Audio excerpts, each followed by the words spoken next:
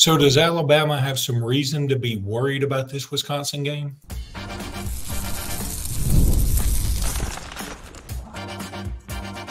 You are Locked On Bama, your daily podcast on the Alabama Crimson Tide, part of the Locked On Podcast Network, your team every day. Hey, everybody, and welcome back into Locked On Bama. Thanks for making this your first listen every day. AHSA's Radio Network, Luke Robinson, that's me. Bama Online's Jimmy Stein, that's him. Thank you, everydayers, and thank you, newbies. You're all welcome. Jimmy, you know, I'm trying to start to look into this Wisconsin thing, and I'm wondering, let's get to that in the second bit of this first segment. I guess the first thing I want to ask about is injuries before I tell you about some other potential worries for Wisconsin. Cole Adams, Kaden Proctor, those are two guys that everybody's asking about. I'm going to doubt Cole Adams plays this week. I don't think his elbow turned out to be as bad as it looked Saturday night. And Kaden Proctor, it's feeling like there's some optimism he may play. I'm going to choose to be optimistic, but I think there's a difference between optimistic and what I would wager on if this is a wager thing. You know, I'm not going to put any real American dollars on seeing Cole Adams and Kaden Proctor this weekend. It would be nice. You know, I think with both of them, what's tempting for the coaching staff and the training staff, Luke, is that there's the off week right after. And you're like, man, if I just get through and not playing this week, they'll be good for Georgia because we got that off week, you know. Now, the downside to that is, I mean, do you really want, if you're Kaden Proctor, your first snaps of the season to be against the Georgia Bulldogs and that ferocious front they have? So that's the downside to it. But I think in the end, that off week is going to be real appealing for them. One thing I borrow from Bobby Cox, the Hall of Fame manager of the Braves. Now, baseball is a different sport than football, but I like a thing that Bobby did through the years. Now, again, it's a 162-game season. That's different than football with just 12-game regular season. But Bobby used to do this as a blanket rule. He would say, as soon as my training staff, and it's their decision, as soon as the training staff says, all right, Caden's good to go, he can play today, so I always gave it one extra day. I don't care if the training staff said, okay, he's ready to go, he can play tonight. I would say he's going to play tomorrow. And now, again, you can be patient over the course of 162 games. That's why he's one of the greatest regular season managers of all time. I don't know that you can do that with football, but it makes so much sense because, man, playing this game when you're not at 100% is very difficult. So I think Alabama would be fine without them. But let's be honest, based on how the offensive line played, Luke, you need Proctor or Pritchett back. One of the two needs to be back. So Booker can go back to left guard. And yes, you might have to start Wilkin again at right tackle. But you know what? Hey, it might not be beautiful, but something tells me, even though he'd be playing against a better player, I bet if Wilkin's out there next Saturday, it won't look like what South Florida did. I really believe that. And I bet the coaches believe it too. You know, that's one thing that I've been talking about. Look, we've all been on Wilkin Formby pretty hard, and that's all of us, meaning fans, media, everybody, right? But I do believe that he might fare better against a defensive line. And again, I'm wish casting here, but I don't think Wisconsin's defensive line is going to be as quick as South Florida's. I agree, actually. Okay. I asked an offensive line guy one time, by the way, he trains offensive linemen, so this is an educated opinion. I asked him, because Alabama struggled with this for a year. So it's like my first question when I had an offensive line trainer, a guy that trains linemen at the highest levels.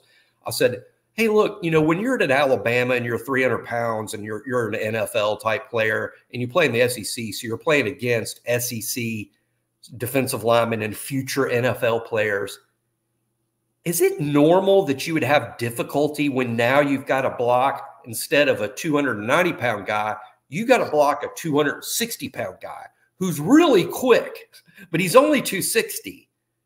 And it seems like over the years, Alabama sort of struggled getting those guys blocked at times. Is that Alabama, or is that my imagination, or is that a real thing? He immediately said, oh, that's a real thing. He's like, when you're practicing every day against a certain body type, now there's a brand new body type that's got all sorts of. He goes, how are you going to practice that in scout team? What are you going to do? Put a linebacker there? I mean, to work on. He said, no, that's a real thing. I mean, those little guys are slippery. They can be slippery, and they can sort of out-athlete you. He's like, eventually over the course of 60 minutes, like a heavyweight fight, the heavyweight's going to win over 60 minutes. But early on, until you get used to it, yeah, that little guy's going to have some wins. I think that is a partial or explanation over the struggles against the group of 5 guys. You know, I relate it to just even playing pickup basketball for me. I'm a taller guy. I'm a longer guy. I'm usually, you know, I'm about 250, so I'm bigger than most people I play against. And sometimes when we play pickup, they don't have anybody that's even, you know, 6 feet. So they put somebody, you know, roughly 6 feet on me, and you think, okay, you can just post him up and move anywhere. But see, he like moves out of the way, and when I'm trying to sit down to post, I'm falling out of the back of the thing. So what I'm saying is, you know, these smaller guys can play tricks on you. You know, you think, and this will lead into what I was talking about, worried about Wisconsin. And I think the one worry I think all of us should have right now is these the defensive line for anybody, because of the way the offensive line has looked at times this year. And I think this is both a worry and some optimism for me. I'm looking at their defensive line, which they just released this week, and their line consists of essentially 4 guys.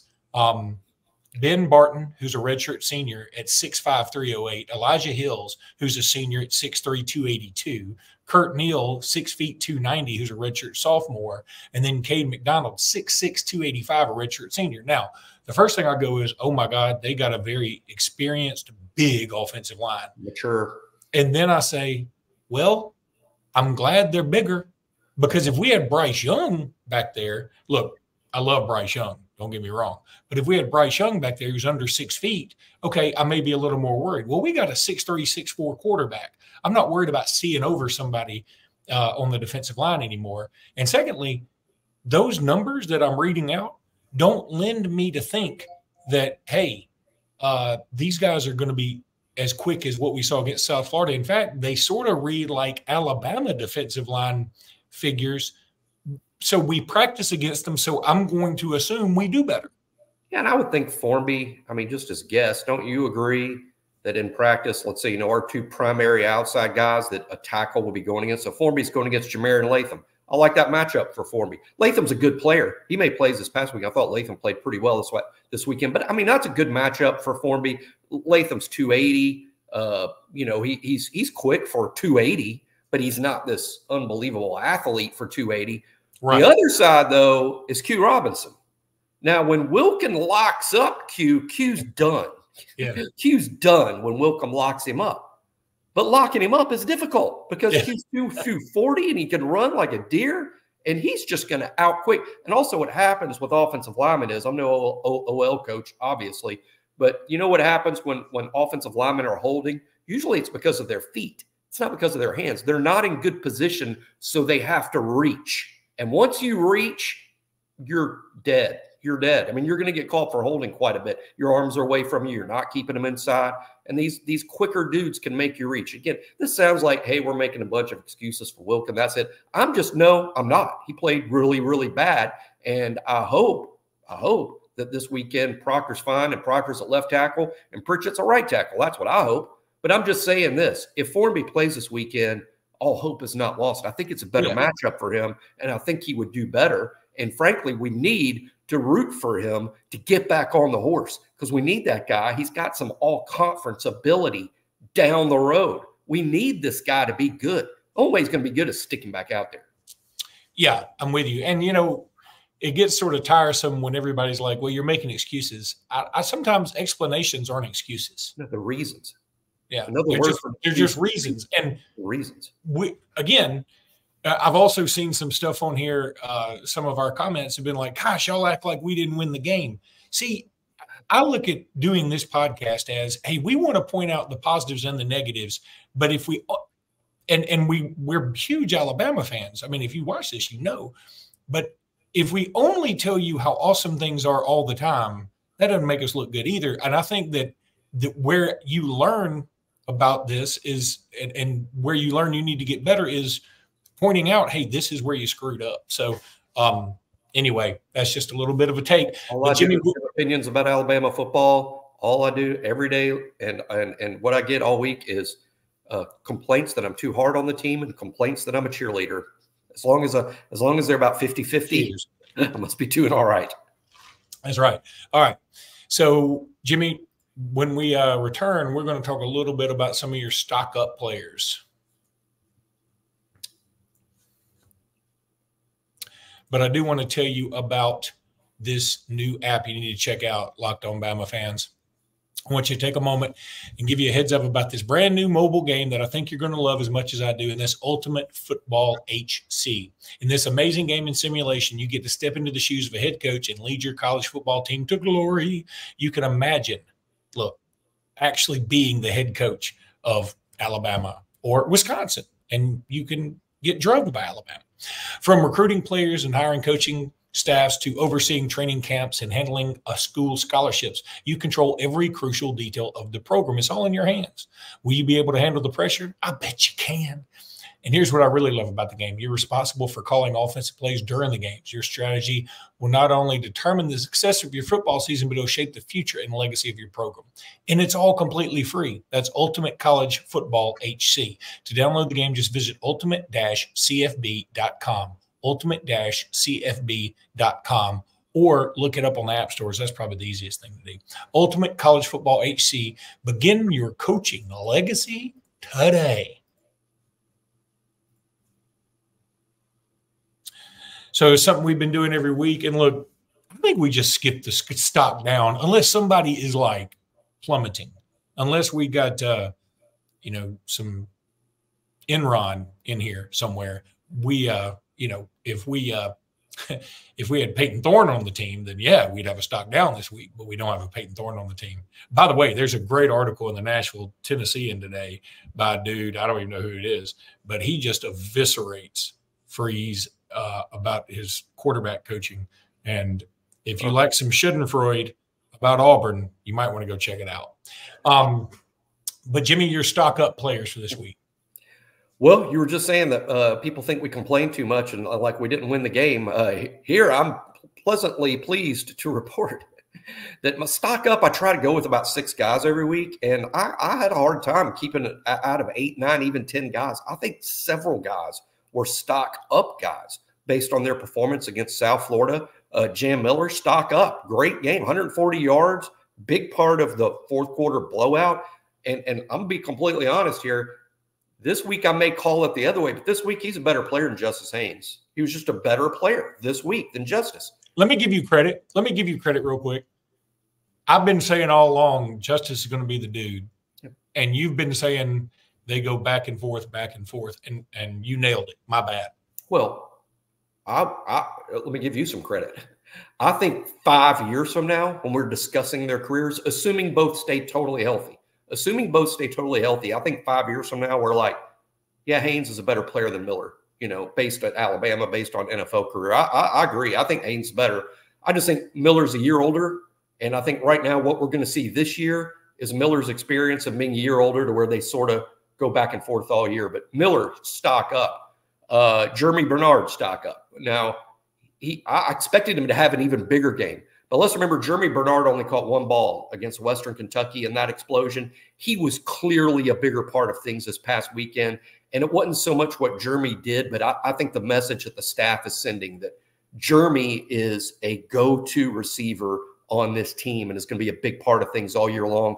I like Jeremy and Ryan as a 1-2 punch. I said before the season they'd be the best 2 in November. I was wrong. They're the best 2 in September. Stock up guy Elijah Pritchett. Hey, small sample size. But what I want to remind everyone, small sample size, 6 snaps. But I do want to remind everyone of this. 1 year ago, people were shocked and complaining about that Jaden Roberts should have been playing earlier, because what apparently happened with Jaden Roberts is midway through his year 3, the light came on. He just became a different player. That's what happens all the time. We may have seen that in real time with Elijah Pritchett. Here's Pritchett in year 3. Took the game 2. He got fired up watching what was going on out there. He demanded to go in. I can fix this. And he did. Maybe this is a light come on moment for Pritchett in his year 3, just like we saw with Jaden Roberts 1 year ago. Stock up Guy Pritchett. Stock up Tim Keenan. Speaks for itself. Stock up Tim Smith, who played really, really well on a snap-to-snap basis. Didn't have the statistical game Tim Keenan did, but if you watch Tim Smith on a snap-to-snap basis, he's beating his guy routinely and disrupting plays. And like predicted, I think Tim Smith is that guy making that senior year leap into day 2 of the NFL draft. That's how good I think that guy is. Stock up Jahad Campbell. I'm not going to say it yet, but get ready for me to soon say that Jahad Campbell is the best football player on this team. I think Campbell is just what I love about Campbell is he does well, what you expect him to do well. Now the dude's making plays and pass coverage consistently. Stock up Justin Jefferson. I think he was in for about 20 snaps and made tackles on 10 or 12 of them. He was extremely active and disruptive. And finally, 2 more stock ups. Malachi Moore both tackled really well and covered really well in this game. And here's my guy to watch this week, Luke. Special guy to watch this upcoming week. I think there's a big play coming from one Jalen Mbakwe. He is sort of has inherited the punt return duty from Cole Adams. I'm a little more nervous. Let's be honest. Let's hope Bach, that's what they call him, by the way. Let's hope Bach doesn't listen to the show. So I'm a little worried about him catching the ball at Madison. That's a tough environment. It's screaming 90,000 fans. They're all jumping. Try to catch a punt while everyone's literally jumping around. I mean, it's going to be tough on Bach catching the ball. But one of my predictions for this weekend is Bach makes a big play now that he's a bigger part of the lineup. He's also playing really good at corner. Zabian Brown's sort of the starting corner now, opposite Damani. Zabian needs to watch out. Here comes Bach. He's good. So stock up Bach. Okay. Yeah, I'm with you on all that. And I wanted to, gosh, I had a point, and then you went into Mbakwe, and I started thinking about him returning punts. I can't wait to go to Wisconsin. Like, I'm already thinking about being going to jump around. Huh? You going to jump around? Am I going to jump around? Yeah. You're going to jump around. I'd jump around too. I think it's cool. Look, I told you, I had a knee problem. I don't know if I mentioned it on the podcast, but I went and got an MRI, and I thought that, the doctor thought I'd torn a meniscus and all this stuff. It turns out I didn't. I got a busted Baker's cyst, whatever the heck that is.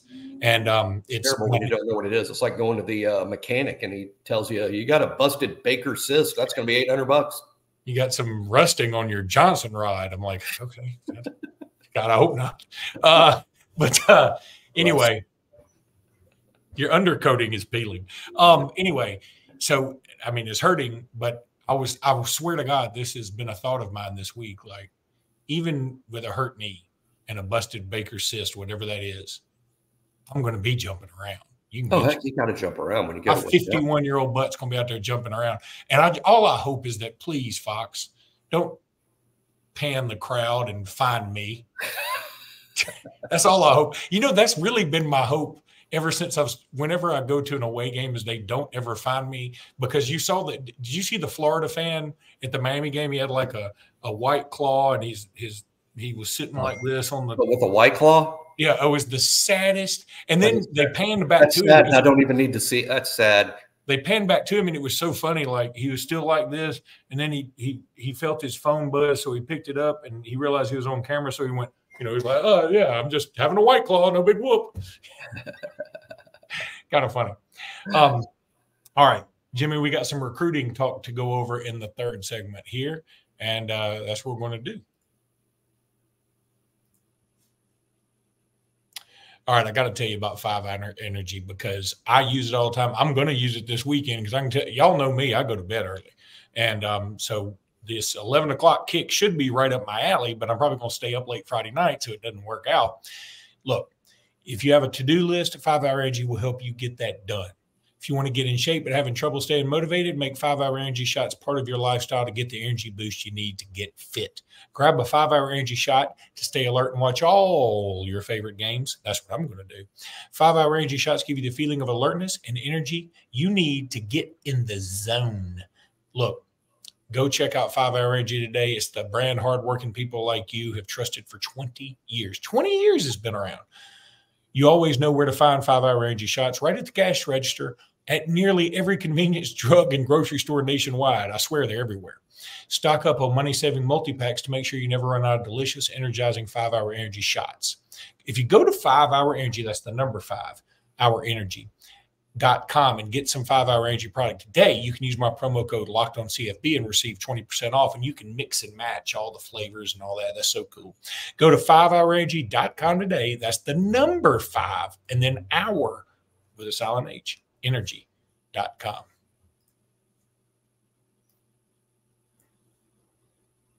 Some recruiting talk here, Jimmy. I know there's a lot of optimism about Justice Terry. Optimism relative to what it was before. I don't think anybody's saying it's a 50-50 shot. I think it's more like, hey, Alabama's got about a 40% chance here. Yeah, I like 60-40. I mean, I like that. Well, there's my phone. I hope everyone listening thinks of me as like Adam Schefter, and every time my phone goes off with a text, they think, oh, he must have some exciting update. It's probably a friend with like a video of like, hey, look, there's some ducks crossing the road and traffic stopped. Isn't that cute? And I hope that it's actually someone from Alabama football telling me about Proctor's shoulder, but it's probably ducks. So where are we at? Justice Terry. Justice Terry, 60-40. I like how you put that. I would say 60-40. It's a real shot for Alabama. I'd still say Georgia's the favorite, but sure, highly encouraging. And let me tell you, he takes some heat out there. I'm not so sure Freddie Roach is the best recruiter on the staff. Kids like him. No, the kids love him, especially the defensive linemen. And we're going to do a show soon. DeBoer's whole organization recruits a little different than some of the previous Alabama staffs, and the position coaches are even more involved earlier with their players. And the end result is Freddie Roach has been recruiting Justice Terry, even though that's not a traditional recruiting area for Freddie. But because of Freddie, I want to say 50-50, but Luke's probably right, 60-40.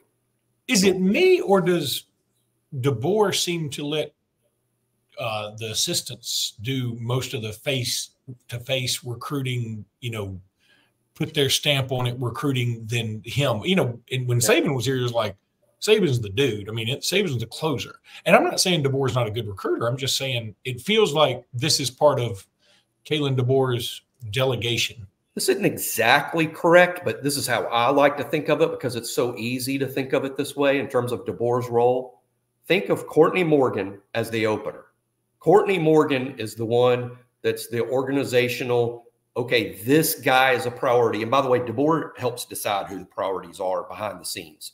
But Courtney Morgan is sort of the opener of, hey, I'm calling from the University of Alabama. We want you on our team. My name's Courtney Morgan. He's the opener. The meat of the recruitment is the position coach. Hey, you're Justice Terry. You're a defensive lineman. I'm going to hook you up with Freddie Roach. He's the best defensive line coach in this league, one of the best in the country. Recruits great, sends guys to the NFL every single season. I want you to meet Freddie. So Freddie is recruiting Justice Terry. And then Kalen DeBoer is the closer. So it's like Courtney Morgan, the opener, the position coach is the meat of the recruitment. Kalen DeBoer is the closer. He closes out the deal. So that's sort of how it works. There's a lot more to it than that, but that's sort of how it works. And a little different than where the geographical coach was a lot more involved and stayed involved longer under Saban. This staff seems to get the position coach in on the high priority kids very quickly. I'm muted. I was trying to hurry. I think you were fine, and then you muted. I think you anticipated a mute. No, I grabbed my phone instead of my mouse. That's how. Are you the one sending me the ducks? Right. Listen, let's go back to recruiting for a second. A couple of things. First of all, Dawson Merritt visited Nebraska this weekend. Yep. And he loved it. Yep. But it still feels like he's locked into Bama. And look, who wouldn't have loved that atmosphere? I'll tell you. I mean, I don't have a problem with it. I mean, Nebraska looked like a blast. I mean, Nebraska looked like a blast. Those are things I never thought I'd say, but it looked like a lot of fun. And then Caleb Cunningham was at Alabama this weekend. BOL had an article with him, an interview with him, and it sounds like things went really well. He's as locked in as Caleb Cunningham can be. Caleb Cunningham being committed and most everybody else being committed are two different things. I don't mean that as an insult. I mean, because he has made it very clear, hey, I'm still talking to other people, but I love Alabama. My commitment's strong, but I'm still talking to other people. And I think he ends up in this class. It's the NIL era. And hey, kids were a threat to flip before NIL was the not just legal, but the number one thing out there. With NIL being as it is, it's like you get them committed, and then you get on your knees and pray till December that they stay committed, because again, any moment the DM shows up, and it's like, hey, the DM shows up that changes everything, and it can happen so easily. You just hope that, hey, our pitch was good enough and the thing's good enough, and don't just leave us. At least give us a chance to stay in the conversation. But it's going to happen. Hey, just right now, it's easier for people, I think, to accept, or it should be, if you just accept it right now. You're going to have decommitments. You had them before. Now you're going to have them more often. But all that matters is let's total it up on signing day. Let's total it up on signing day. Who did best on signing day? I like where Alabama's going to finish. Don't be that guy who said when you hired DeBoer that, like, man, if he just recruits in the top 10, I'll be thrilled. And then you're mad that he's number 4. I mean, don't be that guy, right? That is so true, because there's so many people who said that, including us. I think we were like, hey, look, we expect to be in the top 7 to 10. Mm-hmm. We're at number 2 with a great shot at number 1. Yeah. And it's like, oh, okay. I mean, we can't beat Ohio State now. I mean, it's crazy. You're right. People go a little bit overboard with that. But that's going to do it for today's podcast. I want to thank everybody for joining us. Please hit that subscribe button. We appreciate you guys a ton. If you're going to Wisconsin, I want to let you know now, I'm going to be there. I'll be the tall, lanky guy who talks too fast. Cannot jump around. Yeah, I'll be the guy who's jumping around on one leg. So if you would be looking for me, I'd love to talk to you. So until next time, which will be tomorrow, roll tide, everybody. Roll tide.